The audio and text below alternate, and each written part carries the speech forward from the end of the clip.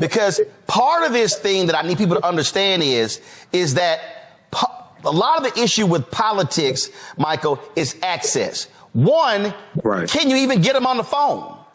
Two, can you even get a meeting? Three, can you get a meeting to make demands? It's one thing to say, we want this, this, this. It's something else when they don't even return your phone calls. Right? You just had a runoff in Texas. Dan Phelan, who's the Speaker of the House, got reelected. The Republicans said the only reason he won the runoff because Democrats crossed over. It doesn't matter if he went, they are his constituents. But the way Republicans operate, we don't even talk to Democrats. So I'm trying to tell our folk, this is why we can understand who's in power. Yeah. And that last word that you mentioned, Roland, is key: power. And this is what I've explained a number of times on this show. We have to explain to our people that you don't vote for exercise, you vote for power. You vote for policies that are beneficial to you, your community, your people, policies that are good for African Americans, are good for America in general. You have to look at why Republicans work so hard to suppress our vote. Why Shelby County versus Holder U.S. Supreme Court case 2013 was filed? Because they've been trying to repeal or weaken the Voting Rights Act since 1965. OK, and then when we look at those who are in support of a ceasefire in Palestine, and they're saying they're not going to vote for Joe Biden, they're going to go do something stupid like vote uncommitted. Well, if you listen to Donald Trump said he will cut off all humanitarian aid to Palestine. Number one. Number two, when he was in power, when he was in office, he banned Muslims coming from 7 countries. 3, Netanyahu wants Trump in office as opposed to Biden because he knows Trump will allow him to do whatever he wants to do. So we have to understand consequences. Voting is not the be all to end all. But what is important for our folks to understand is that, unfortunately, what we are not doing is using all of our power. Over the last several election cycles, black voter turnout has been down. Look, now we totally understand that because the historic election, the nation's first black president, caused record numbers in 2008 and 2012. Now we're seeing those numbers drop back towards pre-Obama levels. But here's the problem with that. And this is where the percentage of votes that Trump got in 2016 made the difference. When you see black turnout drop, then that actually makes the 8, 10, 12, 14% that he got even more important. We're seeing right now, of course, a lot of these white polls talking about he's going to get 20, 23%. None of the black polls show that. But the problem that we have to understand is that whether we're talking about Biden versus Trump, whether we're talking about Jeff Landry becoming that MAGA Trump-light governor in Louisiana, whether we talk about what's happening in other states, Kemp in Georgia, or county level, mayors or whatever, when black people are not maximizing our voting power, what we're doing is we are making it possible for folks who do not support our positions, who do not stand with us, to then have power and for them to then be able to determine our fate. I made that particular point as the elections were going on in Louisiana. Activist Gary Chambers was on the show talking about that. Gary posted this. Give me 1 second. He posted a series of things on Instagram talking about this very issue. We kept driving this point home, and you know what? A bunch of other black media was real silent. And see, so my problem for right now is I don't want to see these black media people right now doing stories and posting tweets about what's happening in Louisiana if y'all wasn't saying a damn thing before he got elected. And it's a whole bunch of folks out there now complaining about the bills being passed, the power grab that he's involved in. And guess what? They were real silent when it came to trying to get people actually registered to vote. And so what do we now have? We now have a far right-wing MAGA Republican who is seizing power because they now have a supermajority in the legislature, and so they can do whatever it is that they want. And so when we talk about these things, what could happen if Trump wins in November? If you think what's happening in Louisiana and Mississippi and Alabama and Florida and Georgia and Arkansas and Tennessee is bad, oh, boo, you ain't seen nothing until they take the White House and the United States Senate in November. Joining us right now is Gary Chambers, activist out of Baton Rouge. Also, we have Dr. Robert Biko Baker, visiting assistant professor at the University of Wisconsin-Milwaukee. Gary, I want to start with you because we have, let's be real clear, we've got ops right now in our community. We've got black people with platforms, with following, who are saying, don't vote, don't vote, don't vote. They ain't done nothing. They ain't done nothing. I had some dude who's a foundational black American tweeting about, oh yeah, Trump 2024, we're going to make these Democrats pay. And the reality is, and I say, well, that's pretty interesting because you say you want reparations. I said, ain't a single Republican out there standing for reparations. I said, everything on your agenda they against, but you hollering Trump 2024. And we have to recognize that there are people who are invested in keeping black people from not going to the polls. And when that happens, then we screw ourselves because we're not taking advantage of our power. You know, Roland, you're absolutely right. We have it seems like an all-out assault from some folks in the hip hop and entertainment industry, a lot of influencers out there. And when you say don't vote, you tell me that you fundamentally don't understand how the government works, especially if you are somebody who's paying an immense amount of money in taxes. You don't stop paying your taxes, but you're going to tell me that you're going to stop voting. Every time you go to the store, the government takes some of your money. So what you're deciding is that I'm going to let other people decide who spends my money. You're also deciding who's going to determine the quality of schools. You're deciding who's going to determine who leads my police department. You're deciding who's going to determine the quality of the libraries in my community, whether or not my potholes get fixed. There are people who have the privilege of being single issue voters. I understand the terrible genocide that is taking place in Gaza. And there's a lot of folks who are saying, well, I can't vote because President Biden is leading this effort in Gaza as far as the funding goes. Here's the reality.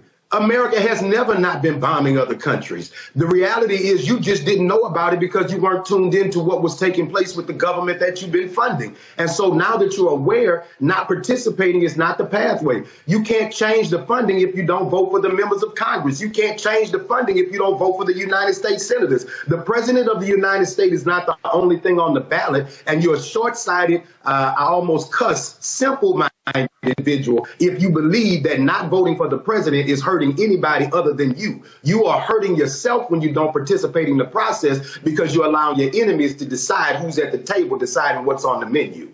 I have never been in love with the party. I've never been in love with a politician, but I have been in love with black people. And for me, when I look at civil rights, for me, when I look at voting rights, for me, when I look at black investment in black businesses, when I look at investment in black colleges, in fact, there was some fool on Twitter today, I might find it, who actually put out a tweet with a screen grab of the American Rescue Plan saying, see what happened when we voted, because it showed $2.7 billion going to HBCUs, but $11 billion going to Hispanic serving institutions. But this person was too stupid to realize that a Hispanic serving institution is any university that has 25% or 20 or 25% more Hispanics. Texas A&M qualifies.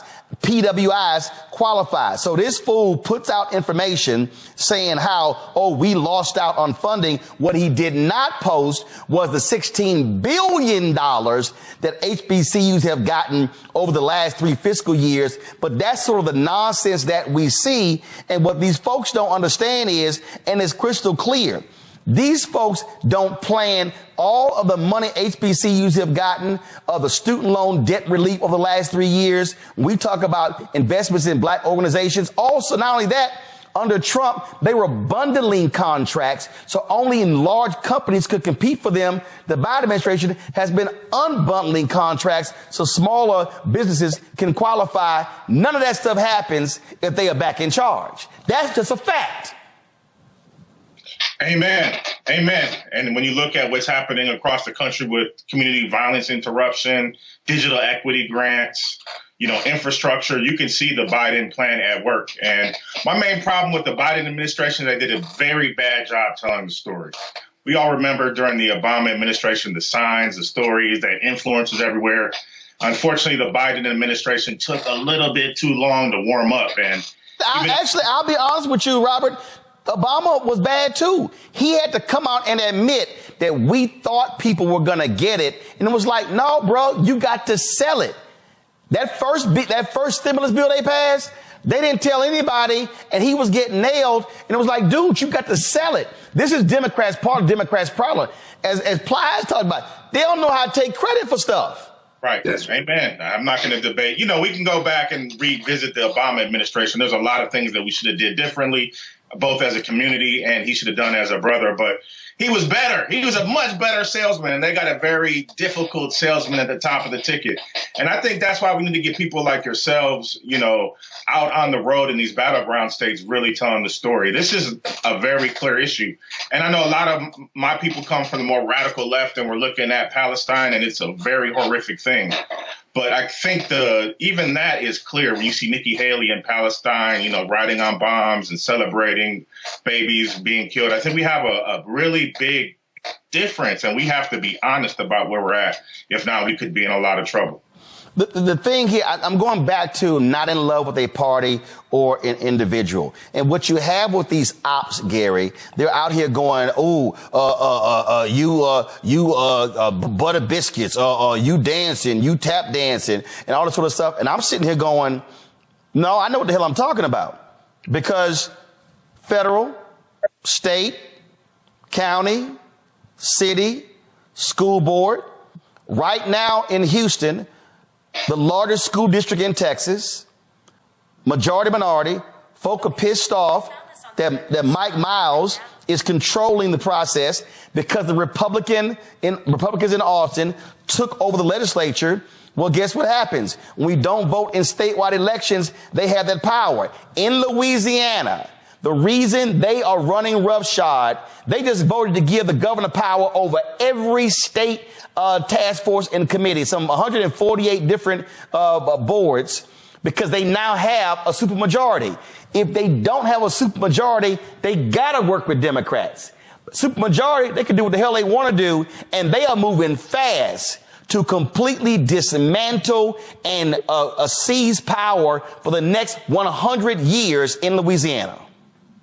The reality, Roland, is because people don't understand the power that they have in their vote, not participating in the process is how Jeff Landry became the governor. This is a man who won an election with 30-something% of the people in the state showing up to vote. He won 50+% of that vote, which was about 19% of registered voters. 19% of registered voters is less than 20%. I think it's less than 15% of the total population of the state decided who the governor is because people just didn't go to vote. When you don't vote, you give other people permission to make decisions on your behalf. When you don't vote, you allow your enemies at the table for you. More importantly, you give the ability to say that everything that you are working for in your community is not of the same value as somebody else. If you don't understand the process, just say that. But don't sit here and say that people aren't doing anything. If you're frustrated with the speed of the process, just say that. But don't say that people aren't doing anything. I don't believe in blind loyalty, and I'm not one of the people that gets invited to the White House. So when I tell you to vote, I'm telling you to vote because you need to vote for yourself, for your kids, for your grandmama and them,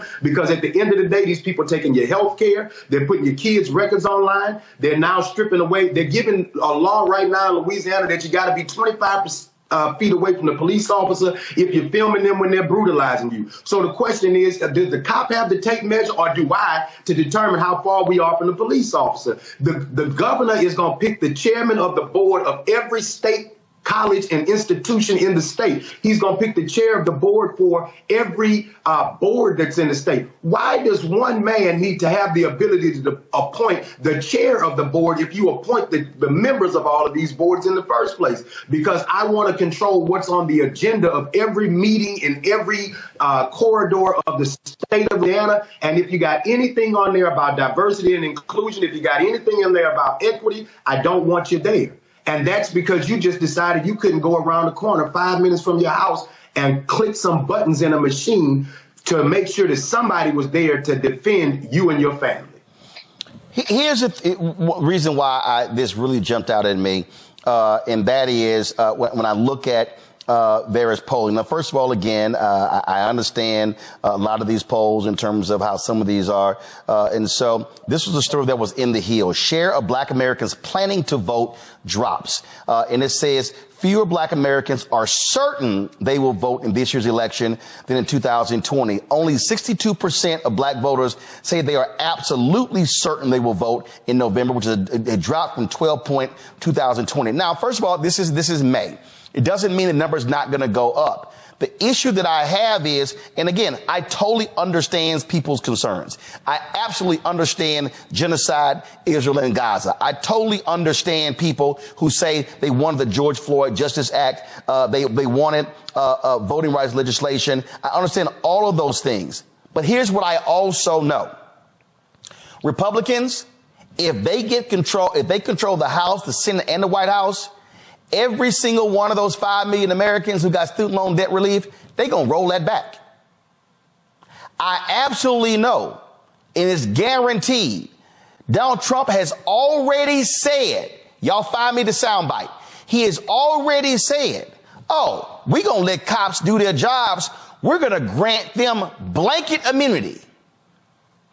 That's going to happen. You have right now 10 patterns and practices investigations, Robert, with the Department of Justice against police departments. They have been putting prison wardens, jailers, corrections officers in prison for brutalizing inmates, many of them African American. They have been shutting down banks and others, redlining Black communities. None of those things will happen under a Trump Republican Department of Justice. And so if you're thinking about sitting on the couch, better understand you're going to be real pissed off when another Black man gets shot and killed by a cop and you don't have a federal investigation. You're going to be real pissed off when funding dries up for HBCUs. And then you're going to be like a lot of the Black folks in Louisiana complaining on social media when they could have did something about it. Man, I gotta say amen again twice in the same episode. And so, yesterday I was watching your old network, and Brother Tim Scott was on there talking about jobs and justice, and he was saying justice, getting rid of the FBI and Department of Justice, and it's mind blowing in the context of Shelby versus Holder and their gutting of the Voting Rights Act and what they've done to make it harder for people all across the country. Now, if all this is going on and they didn't make it harder and they didn't have these tapes of Donald Trump saying the N-word, hey, maybe the Republicans would be a good opportunity for us. But it's not. We're being pandered to, we're being lied to. And unfortunately, the algorithms, Facebook and Instagram, they're lifting up people like Woe Vicky or King Garcia or academics, these bloggers who have absolutely no, relevance in the political sphere, and they're making their messages hit our youth. And so they're being confused. And even my own son, who's pretty smart, yesterday I said, you see, they got Trump. And he said, all politicians are like that. And that's unfortunate, and because our people have so much misinformation. And so hopefully we can do more to get your voice amplified in the battleground states. Niambe, this is a piece from the Brookings Institution. It says here, new voter turnout data from 2022 shows some surprises, including lower turnout for youth, women, and Black Americans in some states. Robert is right there in Milwaukee. Here's a fact. 50,000 fewer people voted in Milwaukee in 2022 than 2018. If those 50,000 people in Milwaukee vote, and we know typically how they vote there, Mandela Barnes is a United States Senator and not MAGA Ron Johnson. Now, I've been real clear. Mandela Barnes ain't been happy with me. His campaign should have done more. His campaign didn't do what they were supposed to do. But what I'm saying to Black folks in Milwaukee, we can't wait on somebody's campaign. The fact of the matter is, Black folks in Milwaukee would have been better served with a Mandela Barnes as a U.S. Senator than a Ron Johnson as a United States Senator, because he was one of the January 6th co-conspirators. And I think you and your guests have been exactly right, Roland. This idea that we have to be in love with candidates or parties, we need to make practical choices, and we are all constrained, because the truth of the matter is, whether those 50,000 people show up or not, somebody is going to win this election. And to your point, it's probably not the person you want. And it makes me think of what Jesse Jackson said when he ran in '84, when he was at Tinley Baptist in Philadelphia. He said Ronald Reagan won by the margin of despair. And I think we're seeing something similar happening, not just in Milwaukee. You can think about the Miamis, the Atlantas, the Durhams, the DCs, all of these places where you have people who are disaffected. And like you said, I get the frustration, but politics in and of itself is meant to frustrate. It's not supposed to change quickly. That's the point. But when you think about everything that is at stake, we have to be real clear.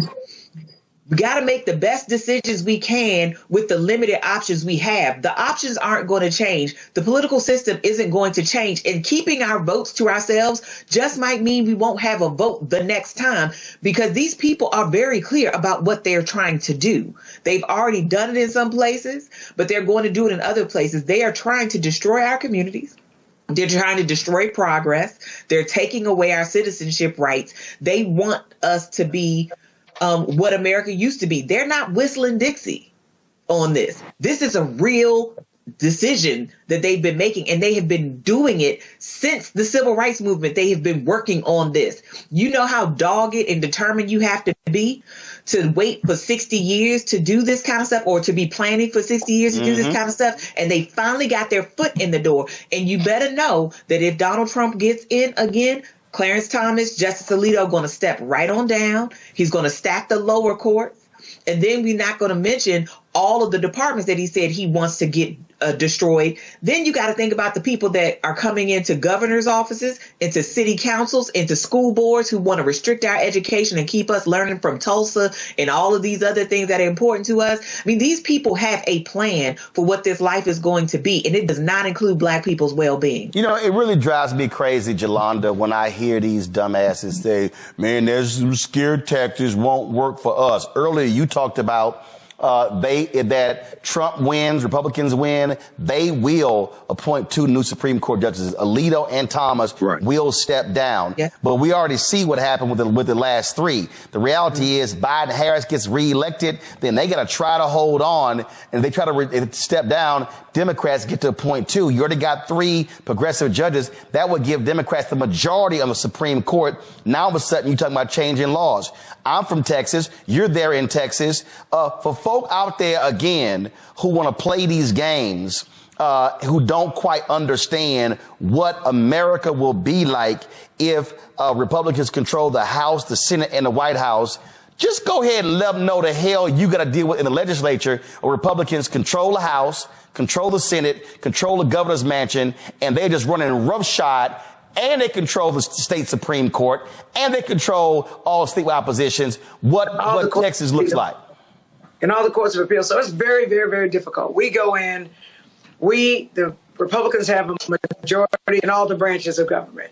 So Democrats very rarely are able to get bills out of the House to get to the Senate. When we do get bills from the House to the Senate is overwhelmingly Republican. They vote down all of our stuff. And then the governor goes and he signs all of this anti-Black stuff. So I'm talking about Black people. And Roland, I want to say this really quickly. I'm really thankful that you have this station, because the mainstream media is whitewashed and they don't tell the truth. But I think that what we need to be as Black electeds is we need to go into our communities and we need to connect the dots for them. People that are struggling. The way I grew up, we have lights. We didn't have water. We got evicted all the time. My mother was trying to figure out how she was going to pay the rent, how she was going to pay the car note, how she was going to fix her broke car. So my mother wasn't paying attention to that stuff. And of course, we were worried about how we ate. So and also, Roland, there are digital divides. So some people who are poor don't have access to the internet. I say that to say this. When you're struggling, you're worried about the thing you can't pay or the thing that's keeping you down right now. We as elected officials have to go and we have to speak to people and connect the dots for them. Like, you're mad that they've taken over HISD. Well, we need to have more state representatives and more state senators and a governor who appreciate public education. So you can't miss that election. Or you don't like what they're doing in a school or how much they're paying. Well, you need to go to the school board. People don't know that. And I'm ashamed to say that when I ran for office and when I was 37 years old, I'm about to be 59, but when I was 37, I didn't know there was early vote. So a lot of people don't vote early, Roland, because they don't know there's early vote. And I was a lawyer by then. So we that know the system, we've got to go talk to people. And we also need for local electeds to go and talk to the people because they're around us. But one thing I'll say, and let me be clear, I'm a Democrat and I'm voting Democratic, but I'm challenging the Democratic Party in Harris County and in Texas to do better by Black people. You were the only media initially who followed that the Harris County Democratic Party, led by white men, were trying to remove Black women from the ballot who are running for judge. So we can't get media to cover these stories. They don't want to do that. We've got the same problem here with Pride. Pride, which I happen to be the first openly gay person in the Texas legislature, it finally has Black people on it. Well, a white group is coming. They're trying to take Pride back. The mainstream media won't cover it. And so what I'm saying to you is the people that are in the trenches where they are need to go and explain to their constituents because we're proximate to them. We're close to them because some people are just struggling so hard. And I think that we have time, Roland. That's what I'm excited about. We have time. It's May.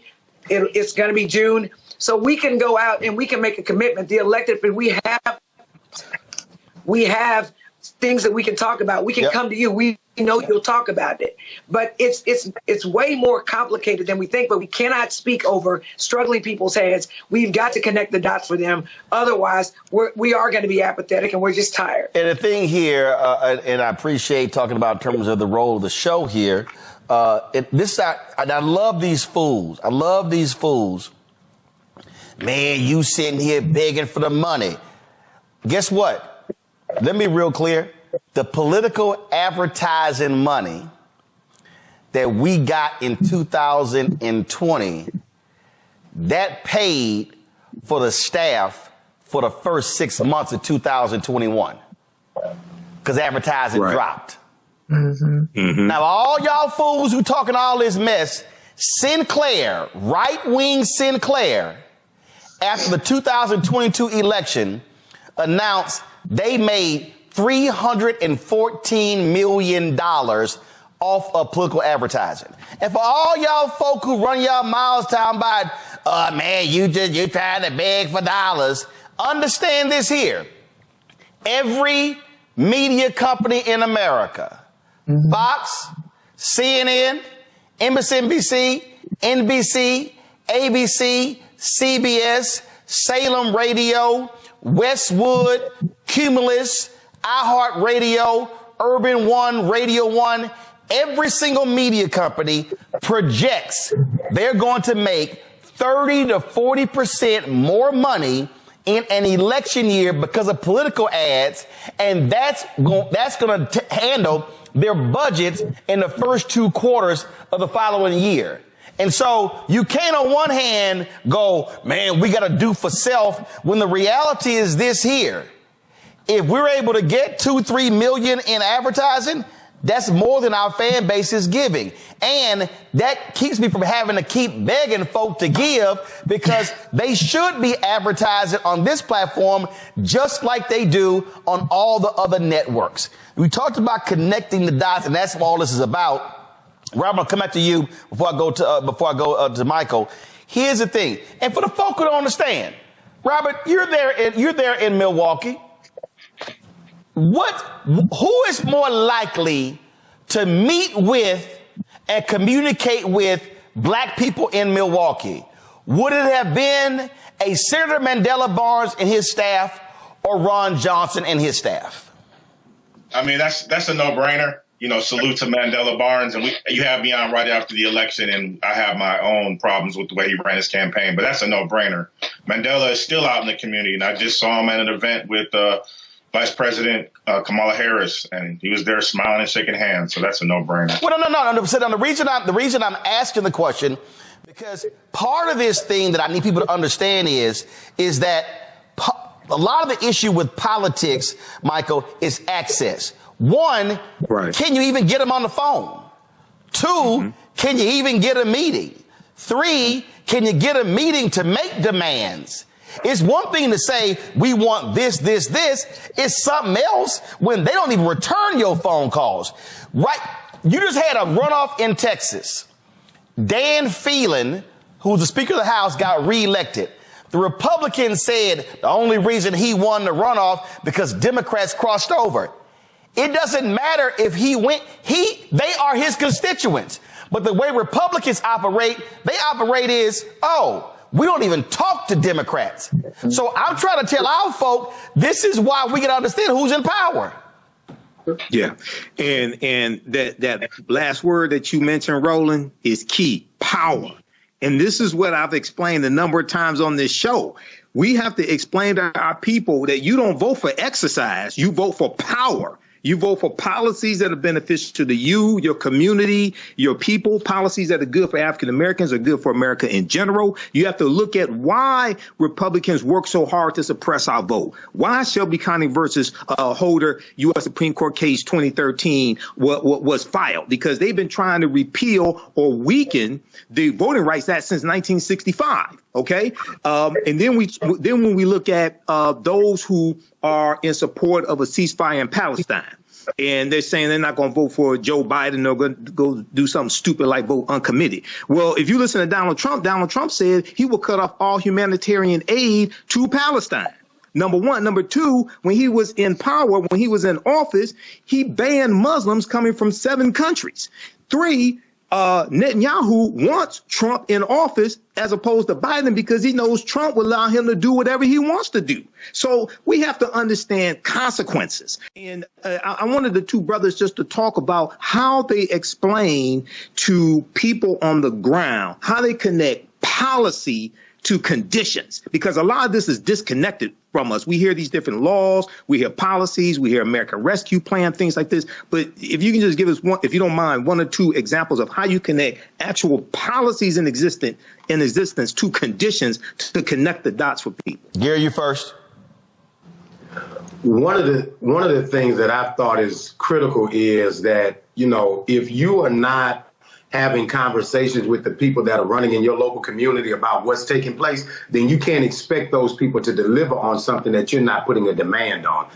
We're expecting people to come into our communities and do things that we haven't even asked for. When I first got into advocacy, there wasn't an emergency room close to my home because the previous governor, Bobby Jindal, closed hospitals in the state because he privatized health care. Black folks helped elect John Bell Edwards that expanded Medicaid expansion, and then we put a demand on it that we wanted an emergency room. Now there's a $10 million investment after the term of John Bell Edwards where an emergency room is within 2 miles of my home. When you talk about police policy, after Alton Sterling was killed, we had a mayor in our city who was ignoring the calls of the community to change police policy. I don't know how many times I've come on Roland's show and talked about the advancement and the things that we've changed as a result of making Mayor Sharon Weston Broome the mayor. Matter of fact, we had the chief go viral because he was challenging the city council about the things that he was doing to hold police officers accountable in Baton Rouge. That doesn't happen if we don't elect the mayor and we're not involved in the conversation.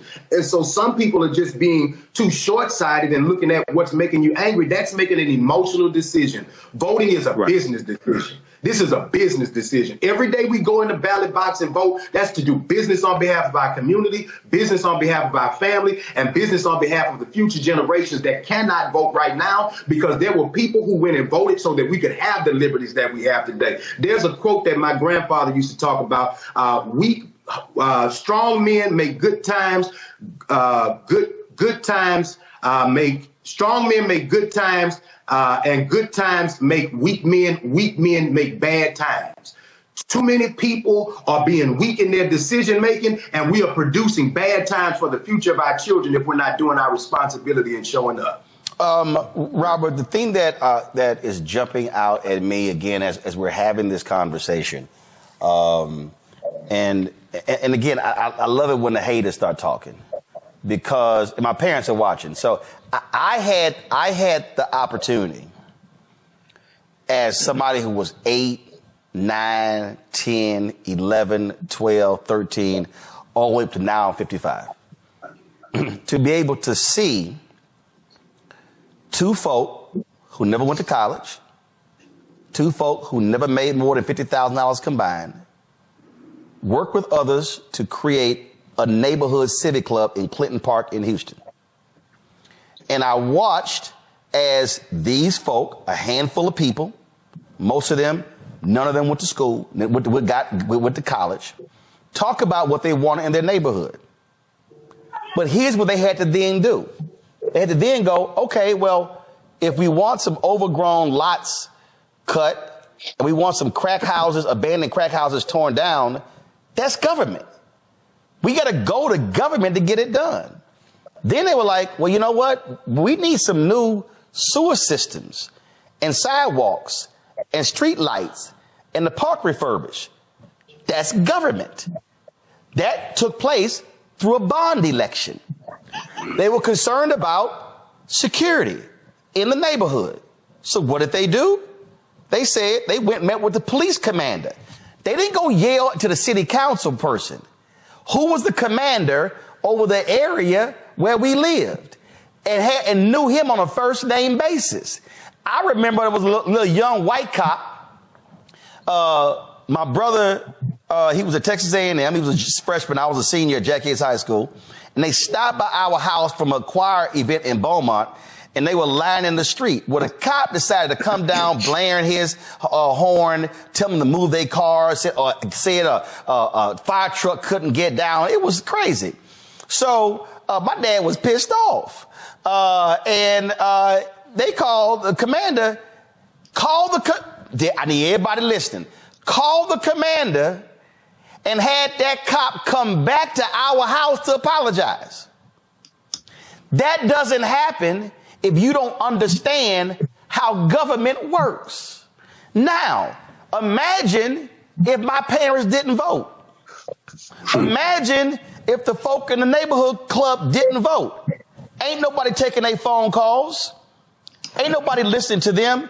And so part of the point about mobilizing and organizing is when a group of folks show up at your office and you have organized a civic club, the first thing a politician, city councilman, school board member, state representative, state senator, governor, member of Congress, U.S. senator, the first thing they think is these folk vote.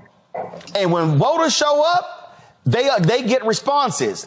But when all folk do is whine, complain, and never show up, that's when they ignore you.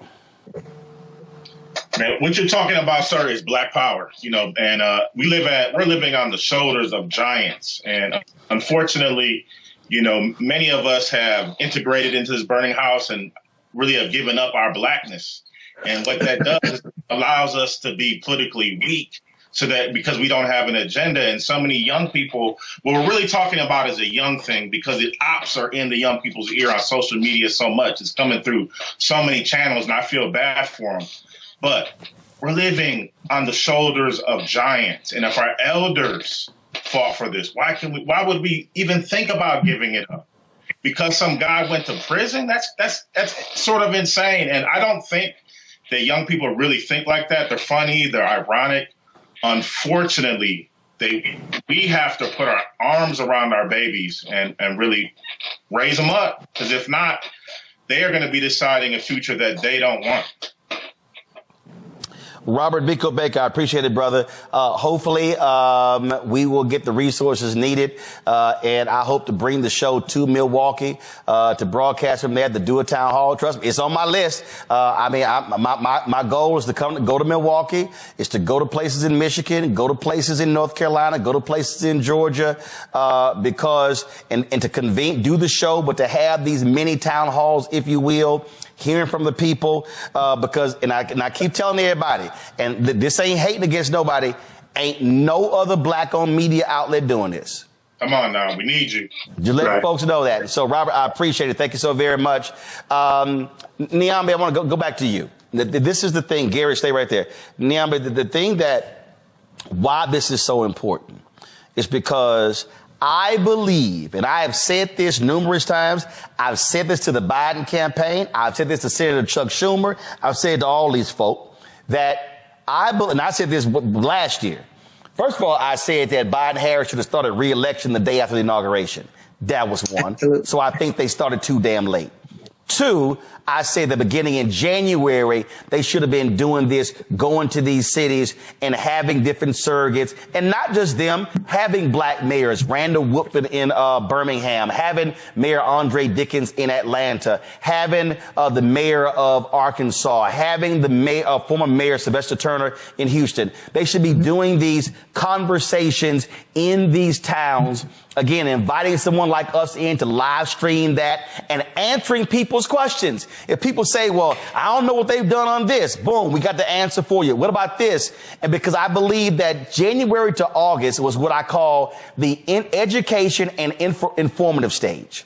Then when you go August, September, you're trying to get folks registered. September, October, November, you're trying to get them to vote. It moves in stages. So Vice President Kamala Harris, she's done some of this on reproductive rights, on economics, but no, you got to be fanning out across the country, having these type of conversations, because I can't get somebody interested to register if I don't educate them, but they can't vote unless they register.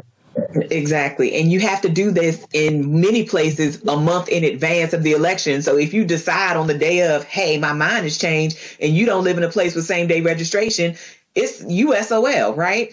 So I think you're exactly right. And I feel like it's a little bit of Groundhog's Day, because I feel like we've had shades of this conversation before, which is part of the reason you feel some of this resentment in our communities. It's like you only come around when you need our votes. Where are you in the in-between time when the election isn't raging? How do you communicate to us? How do we know what you're doing? Even something in the mail to say, hey, this happened for you. Did you know?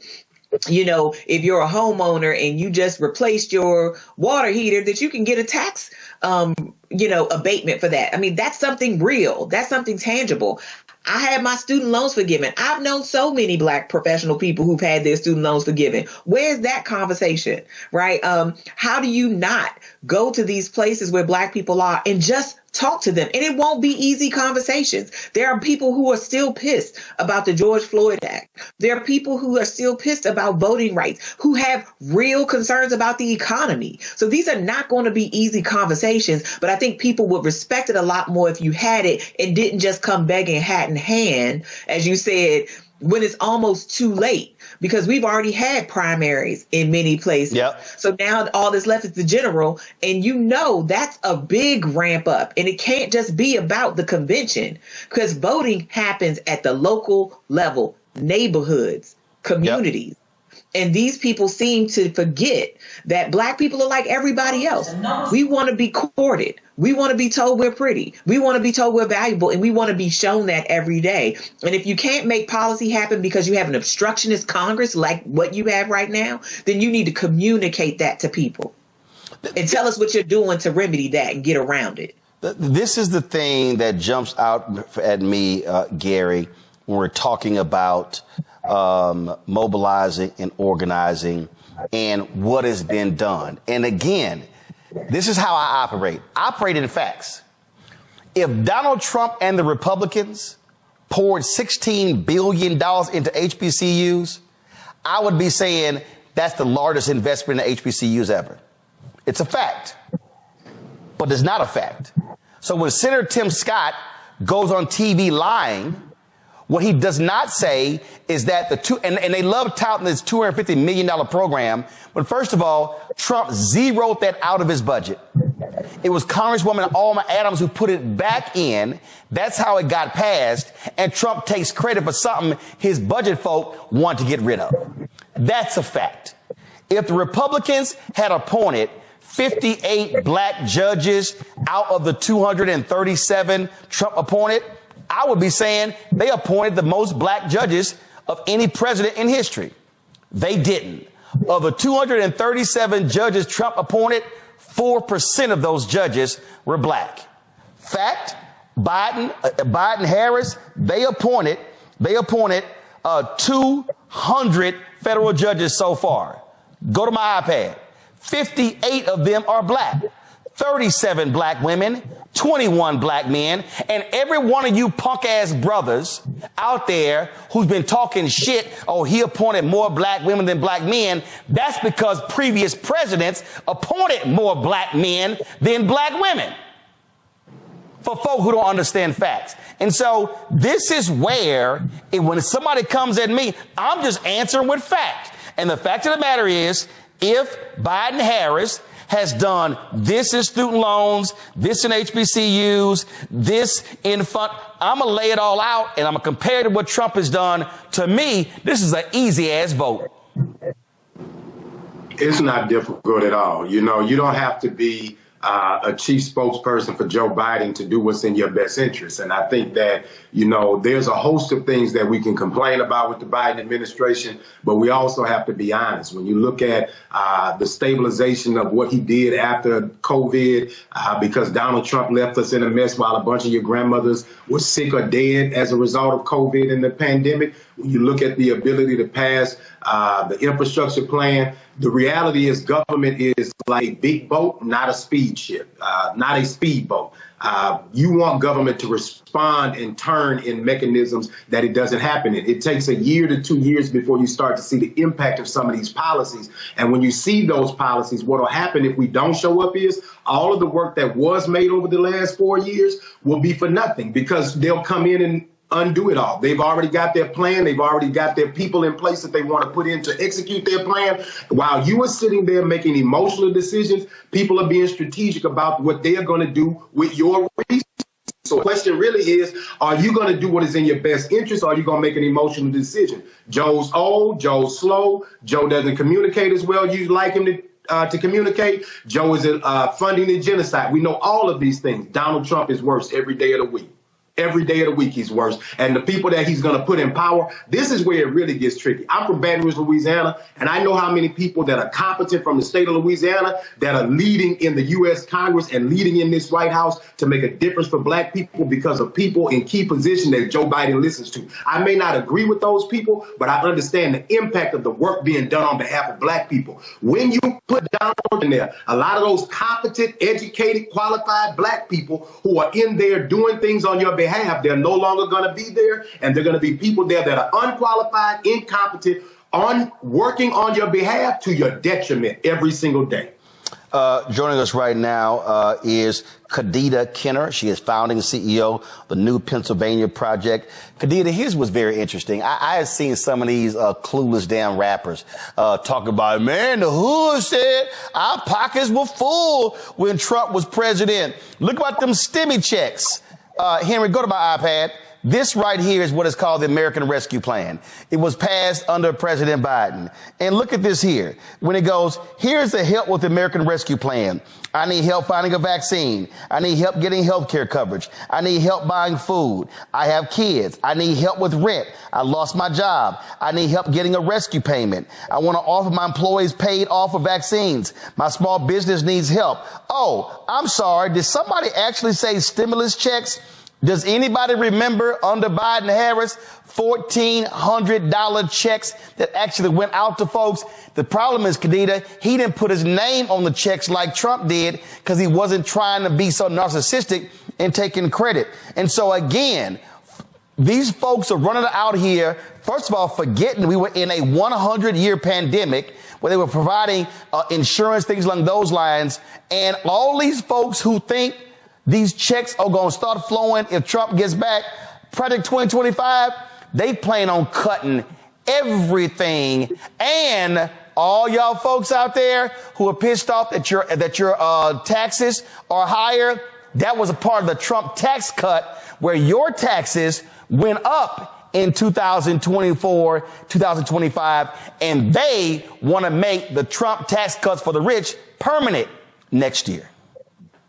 Absolutely. And that's what we're dealing with right now, is overcoming the misinformation and the disinformation. I can't tell you how many people we're coming across here in Pennsylvania on the ground who have no idea who was actually responsible for these pandemic checks. And as you mentioned, because his name was written in the letter that came enclosed with the check multiple people believe that it was Donald Trump that was responsible for these pandemic checks. And so we are spending so much time on the ground right now trying to overcome the misinformation and the disinformation. We can't get to the prime purpose of our work, which is to do voter registration here in Pennsylvania and turn out Black folks to vote. We have to overcome the misinformation that is keeping folks from wanting to be registered to vote. And I'm here to tell you today, as an organization that has registered 40,000 Pennsylvanians to vote in the last 2 years, we have people who are registering to vote who choose not to be aligned with any political party because they're not sure of who does what and when.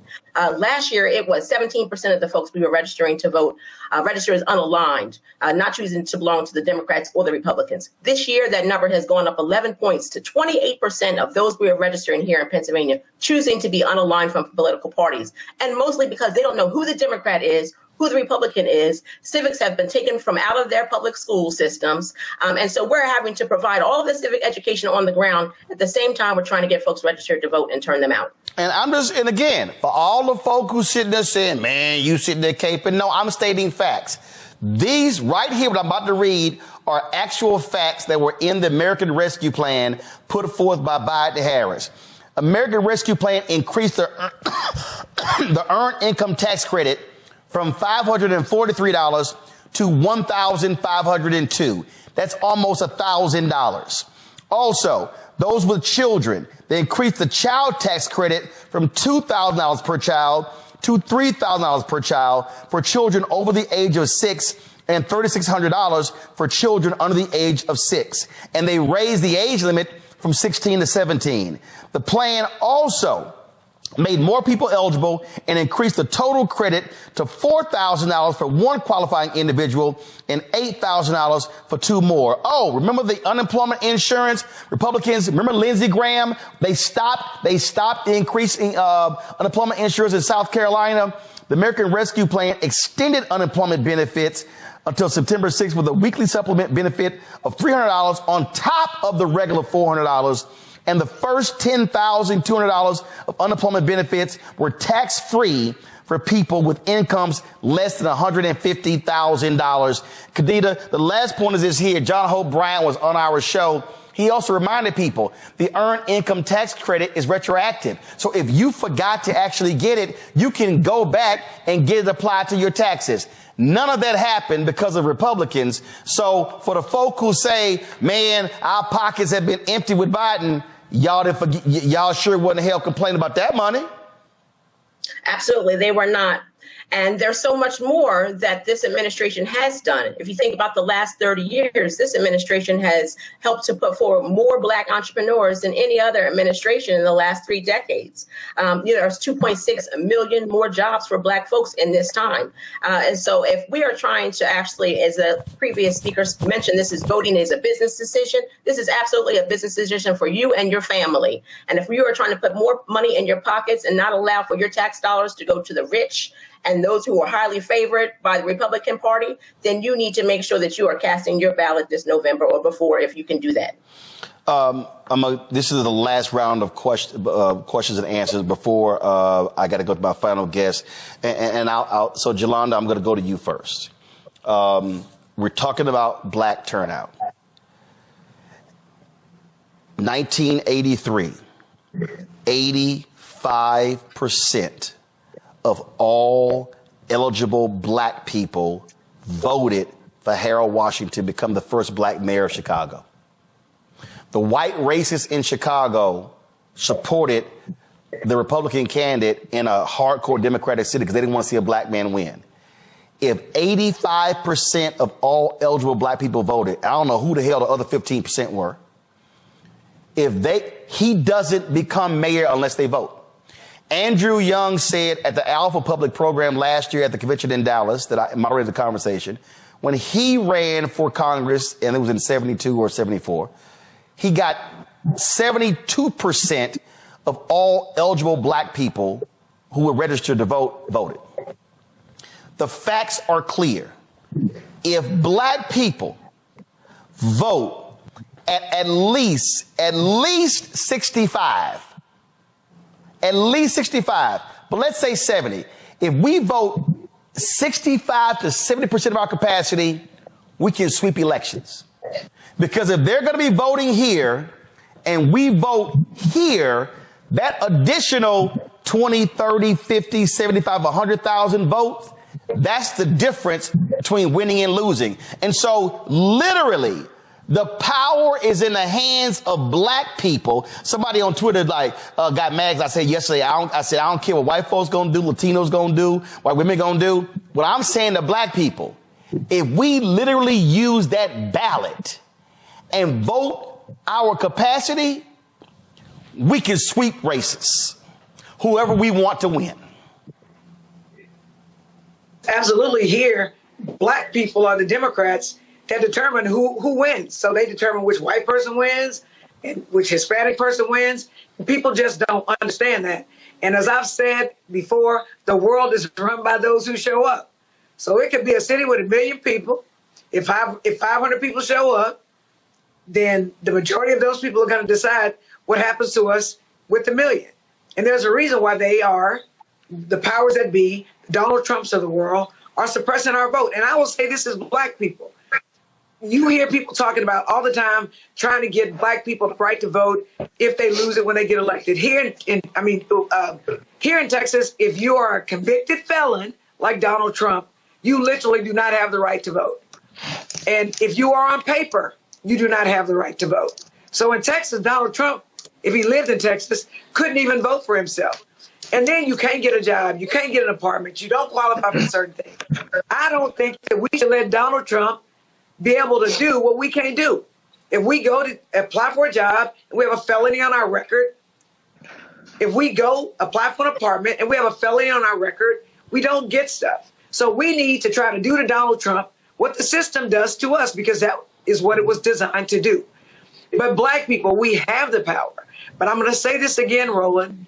We've got to connect for people. Yes. People just don't know. They don't know Absolutely. that government are the ones who put the sidewalk around Kelly Courts, in Houston, which is a North Side Section 8 place. They don't understand that they put lights in Law Park in Sunnyside where they were dumping dead bodies and crime was taking place. They don't understand that. They don't understand like your parents did in Clinton Park. But I will tell you, politicians pay attention to two things. The first thing they pay attention to is people with money. Most of us don't have money like that. The second thing they pay attention to is what you said, Roland, and the other gentleman said. They pay attention to people who are organized and who vote. And guess what? So, votes trumps money.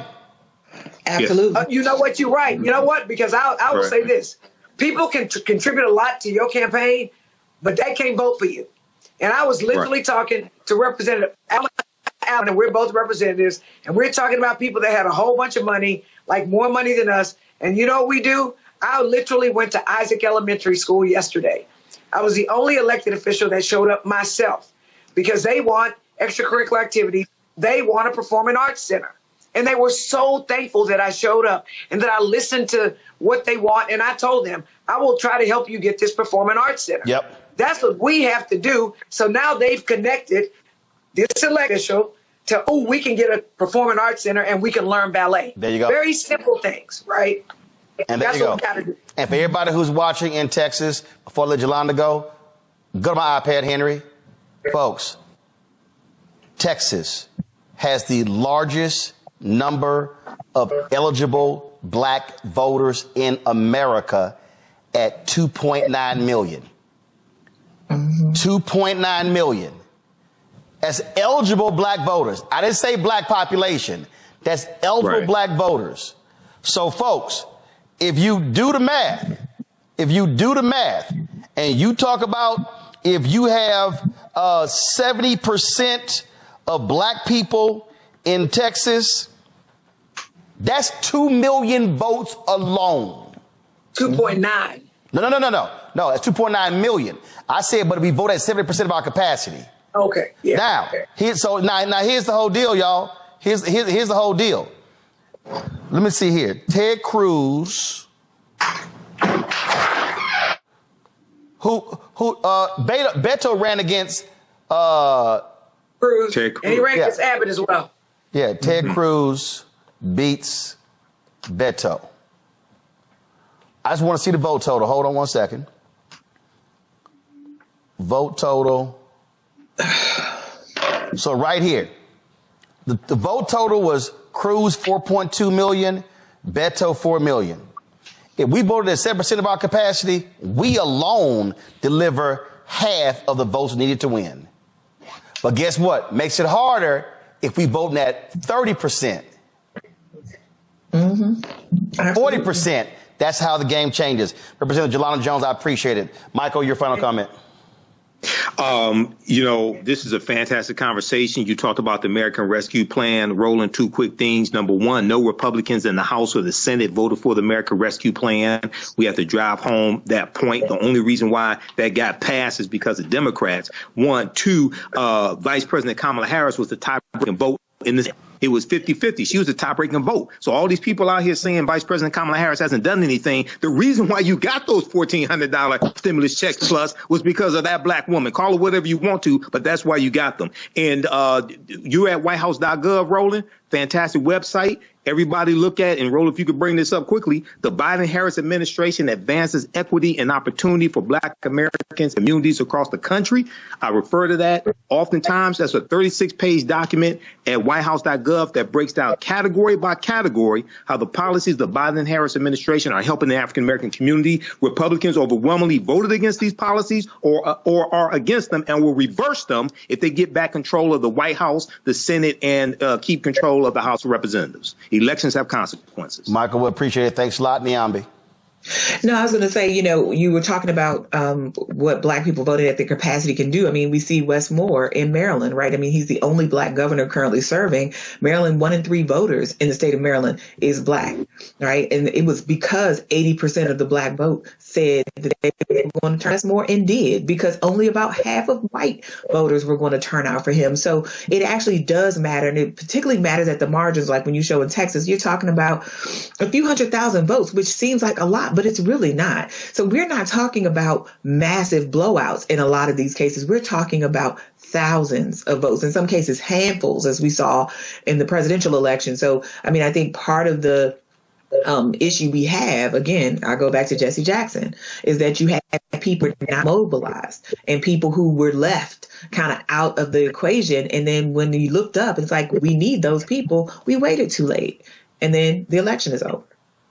Absolutely. Well, appreciate it. Let me now go to, let's see here, Kadida.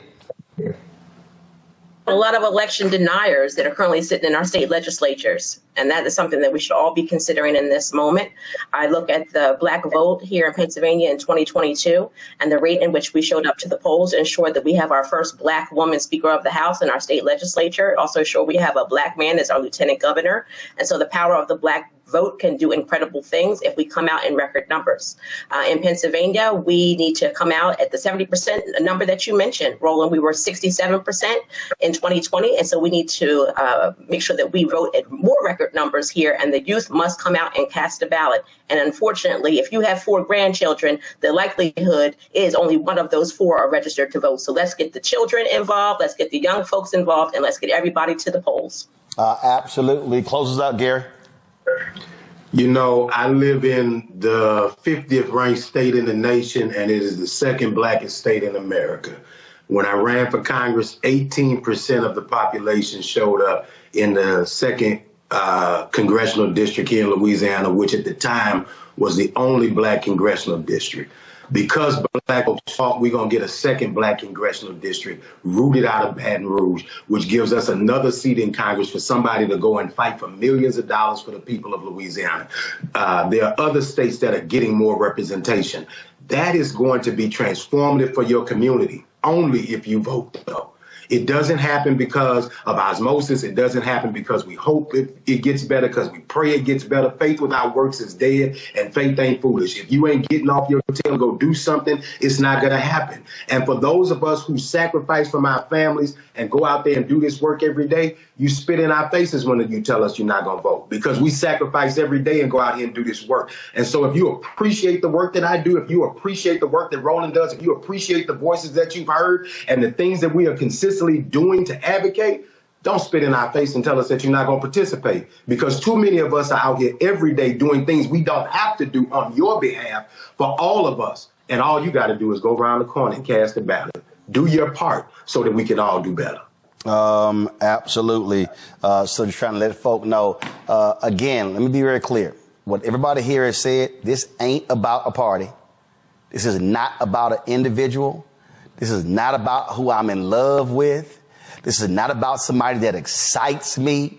This is not about somebody that gets me energized. This is about us. When you cast a ballot, you ain't just voting for you. You voting for your sons and daughters, your nieces and your nephews, your cousins, your aunts and your uncles, your mama and your daddy, your grandparents, your friends, sororities, sisters, fraternity brothers, church members. That's who you voting for. This is not a moment. And we've had now 4 consecutive elections, actually 5. We can go back to every election since 2012, and we have seen the black turnout drop. We've seen it drop. We see the numbers where voters 65 and older who are black, they say, oh, we voting. We see voters 55 to 64 saying, yeah, we're going to vote. But then when you go below 54, I don't know. I don't know. I'm going to stay on the couch. Yeah, I ain't feeling it. Yeah, you know, he too old. Yeah, I don't know. Niambe said it. Somebody gonna win. You can come up with every excuse you want to about the election, but let's be real clear. Somebody is going to be the president and the United States Senator from your state and the congressional member from your district and the governor from your state and the state senator and the state rep and the mayor and the city council member and the district attorney and the judge and the tax assessor. Somebody's going to win. And if you choose to sit at home, not a problem. I can guarantee you there's somebody else who's like, ooh, yes, them black folks, they sitting their asses at home. Oh, yes, we could win everything because they ain't voting. And let me remind y'all, in 2016, who thanked black people for not voting? Not for voting. Donald Trump did not thank black people for voting for him. He thanked black people for not voting in the election. And what he was saying is, you fools helped me win. Question is, do y'all want to help him win in November by sitting your ass at home? It's really up to you. Real quick, Michael, you had an announcement real quick. Go. Yeah, join me Sunday, June 30th, 2024 for my new 10-week online course, Black Resistance Movements from the Haitian Revolution, U.S. Civil War, Civil Rights Movement, Black Power Movement, 1800 to 1968. Most importantly, we look at how we fought back against white supremacy and racism, the various ways we did that. Visit my website, AfricanHistoryNetwork.com, AfricanHistoryNetwork.com. Register today, watch the class live or on demand. We'll see you in class. All right, thanks a bunch. And again, folks, we'll see y'all tomorrow from the Poor People's Mass Assembly here in the nation's capital. Join me Sunday, June 30th, 2024, 4 p.m. Eastern Standard Time for my new 10-week online history course, Black Resistance Movements from the Haitian Revolution, U.S. Civil War, Civil Rights Movement, and Black Power Movement, 1800 to 1968. Visit my website, AfricanHistoryNetwork.com, AfricanHistoryNetwork.com. I'm historian and national political commentator Michael Imhotep. You see me on the African History Network show and Roland Martin Unfiltered, as well as a Reba Martin show on KBLA 1580 AM. This class looks at history chronologically from 1800 through 1968 to 1971. And we look at what leads up to the Civil War taking place. We look at the Reconstruction era, 1865, 1877, the Jim Crow era, World War I, World War II, Great Migration, Civil Rights Movement, Black Power Movement, and to get a better understanding of the different ways African Americans fought back against white supremacy and racism, how we fought back through armed resistance, how we fought back through economic empowerment and business ownership and the cooperative economics movement, how we fought back when it came to the labor movement and in the courts and legal strategies, court cases, etc. Visit my website, AfricanHistoryNetwork.com. You can watch this class live or on demand. Your understanding of history is based upon your understanding of politics. Visit our website, AfricanHistoryNetwork.com, AfricanHistoryNetwork.com. Scroll down past the first online course that I teach, Ancient Kemet, the Moors, and the Ma'afa, Understanding the Transatlantic Slave Trade. You can still register for that class.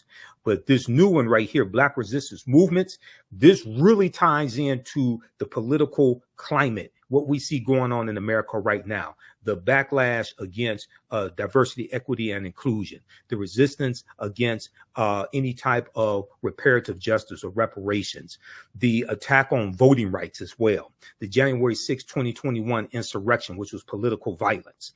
All of this is what we see. The seeds of all this during this period of time from 1800 to 1970. Okay, so this 10-week online course, Black Resistance Movements from the Haitian Revolution, U.S. Civil War, Civil Rights Movement, and Black Power Movement. You can register right here for it. Click right here, register for full course. It's on sale, $80. You can register for both classes. We have a bundle pack for $120. It's about a $300 value. There's going to be some bonus content. You're going to get my Juneteenth lecture free when you register for this new class as well, Black Resistance Movements. Okay, so visit our website, AfricanHistoryNetwork.com.